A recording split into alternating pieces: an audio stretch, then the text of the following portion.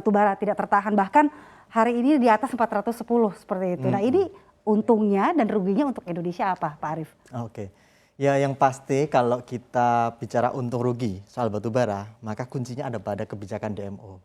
Kalau tidak ada kebijakan DMO, maka kenaikan harga batubara menjadi petaka buat Indonesia. Karena otomatis nanti para pembangkit listrik kita, PLTU di Indonesia ini kan kurang lebih kontribusinya 60% dari total pembangkitan listrik. Nah mereka ini pakai batubara. Kalau harga batubara naik dan tidak ada kebijakan mematok harga atau pasokan dalam negeri, maka ya akan ada kenaikan ongkos pembelian batubara dan biasanya itu harus dibebankan ke pelanggan. Gitu. Tetapi sekarang kita punya DMO, dan DMO ini diharapkan bisa mengerem efek buruk kenaikan batubara tersebut terhadap perekonomian gitu. Jadi meskipun harganya naik tinggi, harapannya karena kita juga produsen batubara di dalam negeri, tidak perlu impor dari mana-mana, maka batubara lokal itu bisa dipakai untuk menggerakkan PLTU kita yang totalnya 60% kontribusinya ke listrik nasional. Jadi ya memang ada untung ruginya. Yang untung siapa? Pasti emiten-emiten batubara, perusahaan-perusahaan dan produsen batubara. Yang rugi juga ada, tetapi harapannya kerugian itu bisa diminimalisir dengan adanya kebijakan DMO itu. Baik, ini terkait DMO tadi yang Pak Arief bilang, ini bagaimana pemerintah bisa menjamin bahwa nantinya para pengusaha akan patuh seperti itu dengan DMO? Ini sangat intricate karena pada tahun lalu saja 2021 itu kan hanya 1% dari target DMO yang tercapai, jadi sekitar 35.000 ton ya batubara yang diproduksi di Indonesia yang disetor untuk kebutuhan DMO. Padahal kalau kita bicara kebijakannya itu kan harusnya kan 25% gitu ya dari produksi nasional. 25% dari 600-an juta ton ya tahun lalu itu berarti kurang lebih ya harusnya sih 150 kan ya. 150 kalau itu dikumpulkan benar-benar maka aman kita pembangkit listrik kita. Tetapi kenyataannya tahun lalu hanya 35.000. Nah maka kuncinya di mana? Saya pikir hanya di satu, di pemerintah. Itu kita tidak bisa berharap dari manapun. Kalau pemerintah ingin serius menjaga perekonomian nasional dari efek buruk perang Ukraina dan juga kenaikan harga-harga komoditas terutama batubara, maka mereka harus memperketat kebijakan DMO ini dijalankan, reinforcementnya harus diperkuat. Kalau tidak maka ya siap-siap saja kita akan melihat harga batubara tinggi diikuti dengan kenaikan tarif listrik seandainya PLN sudah angkat tangan. Gitu.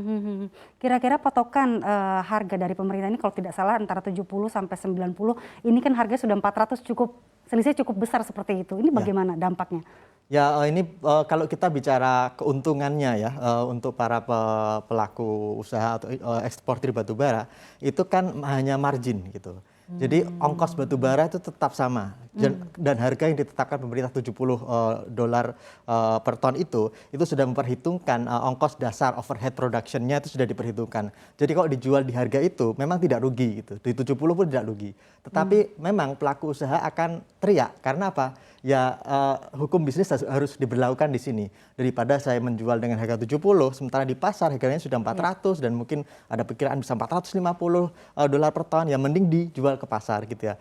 Tetapi ya inilah saya pikir kita harus menegakkan prinsip bahwa aset yang ada di bumi pertiwi ini adalah milik bangsa kita. Kita gunakan untuk sebesar-besarnya kemakmuran rakyat. Artinya silahkan mendapatkan keuntungan, tetapi yaitu tadi pasokan DMO diamankan. Kalau tidak ya sudah berantakan kita ekonomi kita. Ya percuma saja kalau mohon maaf nih kalau produsen batubara untungnya naik beribu-ribu kali lipat, tetapi ekonomi Indonesia anjlok ya buat apa gitu. Itu kan pada akhirnya ke sana. Jadi ya memang kita bicara kalau DMO-nya sekarang 25%, kemudian harga jualnya yang ditetapkan 70 dirasa terlalu jauh dari 300-an atau 400-an itu, memang perlu disesuaikan. Tetapi saya pikir ini juga harus dibicarakan juga dengan PLN nanti sebagai pihak yang menyerap batubara itu. Baik, ini dengan melonjaknya harga batubara tentunya ada industri juga yang terpengaruh seperti itu. Ini industri apa saja Pak Arief? Ya pasti kalau kita bicara siapa pengguna batubara, pembangkit listrik yang akan terkena.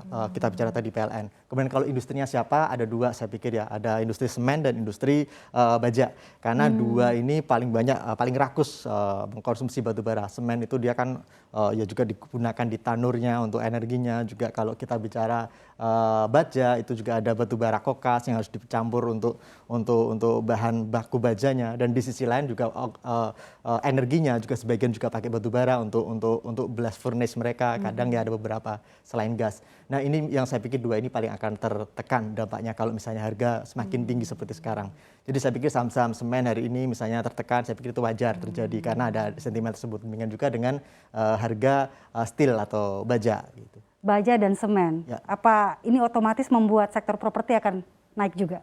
Dalam jangka panjang ya, kita harus melihat dulu sejauh ini pukulannya terjadi sampai kapan. Karena kalau kita bicara kenaikan harga batubara hanya dalam kisaran 1-2 minggu di pasar dunia, maka belum tentu efeknya akan terabsorb sampai ke industri hilir pengguna produk-produk batubara pada akhirnya ya, termasuk properti itu. Makanya kita harus melihat apakah volatilitas yang sangat tinggi ini akan berjalan dalam waktu paling nggak 2 bulan. Kalau 2 bulan masih bertahan, maka ya nanti otomatis para produsen semen, para produsen baja harus menyesuaikan harga jual mereka ke pengguna akhir, para pelaku usaha properti pada akhirnya kena juga. Gitu. Baik, terhadap inflasi ekonomi Indonesia bagaimana, Mas? Itu nanti akan terpengaruh pastinya. Kalau kita bicara efek penyebab inflasi itu kan ada dua, ada inflasi dalam negeri dan juga ada imported inflation. Jadi mungkin di sini tidak ada pasokan gangguan ya, disrupsi di supply chain batubara misalnya, tetapi kan efeknya ini impor dari luar negeri, yang bermasalah dari luar negeri. Rusia saat ini kan dia cadangan batubara terbesar ketiga di dunia gitu ya, cadangannya 16% mereka memiliki. Jadi kalau ini aja tidak bisa dilepas ke pasar dunia, otomatis akan ada kekurangan pasokan dan itu otomatis harganya meningkat. Jadi efek yang ada di Rusia itu yang terimpor ke sini. Inflasi akan bisa kita lihat ada peningkatan jika dalam 2 bulan ini volatilitas bahkan kenaikan harga batubara ini masih terjaga di titik yang tinggi. Gitu. Dampaknya dengan kebijakan moneter bagaimana? Saya pikir sekarang kalau kita bicara moneter, Bank Indonesia sudah sangat-sangat antisipatif ya dengan keadaan. Jadi mereka kemarin kan sudah menyatakan akan mungkin saat ini masih mempertahankan suku bunga acuannya. Tetapi mereka akan melihat kalau misalnya ada kenaikan agresif suku bunga di luar negeri, di Amerika lebih agresif, ya mereka juga akan mengikuti itu. Tetapi di sisi lain patokannya sudah melihat pada rupiah juga gitu.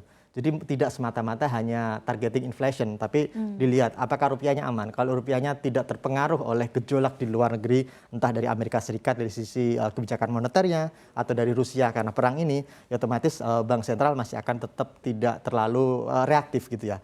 Mungkin akan ada kenaikan, tapi juga tidak terlalu drastis, bahkan bisa jadi ditahan kalau rupiah masih terkendali. Dan saya melihat sekarang trennya juga kalau kita melihat capital inflow di bursa saham masih positif, kecuali hari ini tadi ada aksi profit taking gitu ya oleh investor asing. Tetapi di obligasi itu asing masih masuk. Itu menunjukkan bahwa rupiah masih akan ada buffering penopangnya gitu. Oke, pertanyaan terakhir Pak Arief, ini potensi harga batubara masih rally nggak? Ya, saya pikir masih. Selama akan ada gejolak eskalasi di Ukraina, maka tidak ada ceritanya harga komoditas energi terutama akan menurun gitu ya. Selama ini masih bertahan itu serangan dari Rusia ke Ukraina, maka selama itu pula ada peluang kenaikan harga batubara maupun gas alam. Ya, kita tahu tadi Rusia cadangan batubara yang terbesar ketiga, gas alam mereka juga pemasok 40% di Eropa. Jadi kalau ada gangguan di Eropa, maka ya manufaktur Eropa juga akan terganggu dan itu otomatis mempengaruhi manufaktur dunia. Jadi ya kita bicara efek yang sangat-sangat sifatnya fundamental. Selama ada perang, maka selama itu pun harga batubara akan meningkat. Saya pikir level $450 per ton akan sangat-sangat bisa kita lihat, kita capai pada 1 bulan ini kalau ini terus berlangsung larut-larut. Apalagi ada retorika mengenai nuklir gitu ya. Oh, itu otomatis akan membuat sentimen pasar memburuk dan batubara otomatis akan meningkat.